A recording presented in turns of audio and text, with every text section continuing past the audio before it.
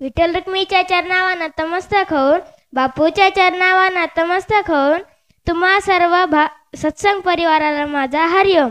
मी मनमत सोमेश्वर चंडे, राहणार गुड्यातनूर. आजचा माझा विषय जीवन कसं जगावं.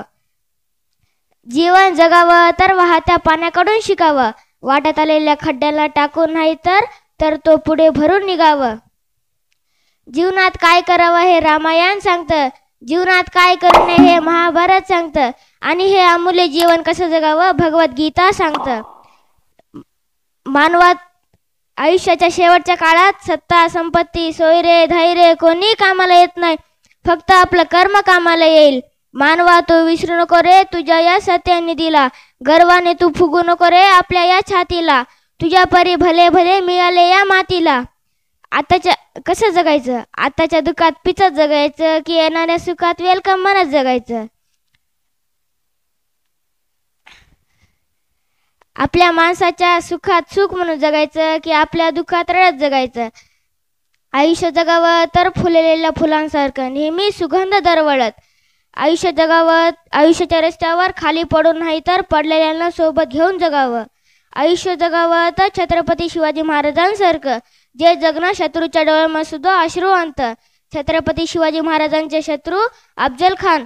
जेव्हा छत्रपती शिवाजी महाराजांची मृत्यू झाली आणि ती बातमी अफजल खानाला कळाली तेव्हा अफजल खान गुडघे खाली टेकून नमाज पढ़त बोलत होतो की हे अल्लाह तेरे जन्नत के दरवाजे खुले रखना, तेरा नेक बंदा आ रहा है. असं होतं छत्रपती शिवाजी महाराजांचं जगणं असावं तर सिंधुताई सपकाळांच्या सारखं स्वतः मृत्यूच्या दारात पडून इतरांना जीवन दान देतात आणि अनाथाची माय बनतात. फुलांच्या पाय गडावून चालताना काटे बोचले तर सहन करायला शिका. फुलांच्या पाय गडावून चालताना काटे बोचले तर सहन करायला शिका. कारण काट्याला बोचणे माहिती आहे, वेदना कळत नसतात.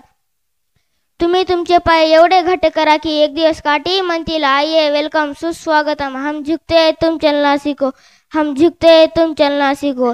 ज्याला दुःखाची जाणीव असते त्याला सुखाची किंमत असते. म्हणून आपण जे दिवस काढले आहोत त्याची नेहमी जाणीव ठेवावी. सुंदर चेहरा म्हातारा होतो, सुंदर चेहरा म्हातारा होतो, बलाढ्य शरीर गळून पडतो. पद सुद्धा एक दिवस निघून जातं, परंतु एक नेहमीच चांगला माणूस नेहमीच चांगलाच राहतो. चालता चालता कधीतरी ठेस लागणारच ना. चालता चालता कधीतरी ठेस लागणारच ना. ठेस लागणार म्हणून चालणं काय सोडायचं असतं का. दुःख आहे म्हणून जगणं काय सोडायचं असतं का. जगणं म्हटल्यावर दुःख तरी असणारच ना. दुःखातही आनंदाला कुठेतरी शोधायचं असतं.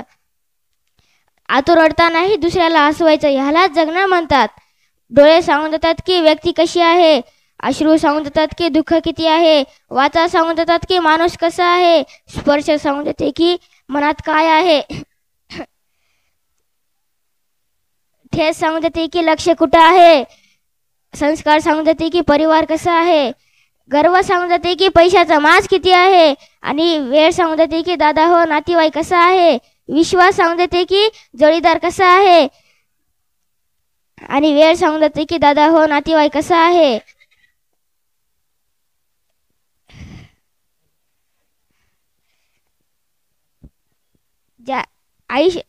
आयुष्य इतके की आनंद. मंगेश पाडगावकर यांची छोटीशी कवी आहे. सांगा कसं जगायचं, सांगा कसं जगायचं, कळत कणत की गाणं म्हणत तुम्हीच ठरवा. सांगा कसं जगायचं. डोळे भरून तुमची आठवण कोणीतरी काढतच ना. ऊन ऊन दोन घास तुमच्यासाठी वाढतच ना. डोळे भरून तुमची आठवण कोणीतरी काढतच ना. ऊन ऊन दोन घास तुमच्यासाठी वाढतच ना. मग शाप देत बसायचं की दुवा देत हसायचं. मग शाप देत बसायचं की दुवा देत हसायचं तुम्हीच ठरवा. सांगा कसं जगायचं, सांगा कसं जगायचं.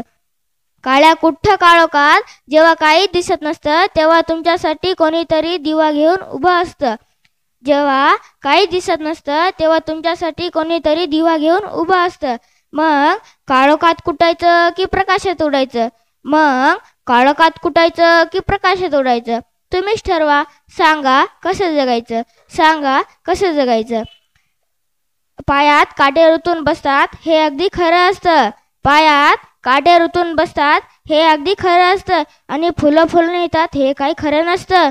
मग काट्यासारखं सलायचं की फुलासारखं फुलायचं. मग काट्यासारखं सलायचं की फुलासारखं फुलायचं? तुम्हीच ठरवा. सांगा कसं जगायचं, सांगा कसं जगायचं. पेला अर्धा सरला आहे असं सुद्धा म्हणता येतं. पेला अर्धा सरला आहे असं सुद्धा म्हणता येतं. पेला अर्धा भरला आहे असं सुद्धा म्हणता येतं. पेला अर्धा भरला आहे असं सुद्धा म्हणता येतं. मग सरला आहे म्हणायचं की भरला आहे म्हणायचं?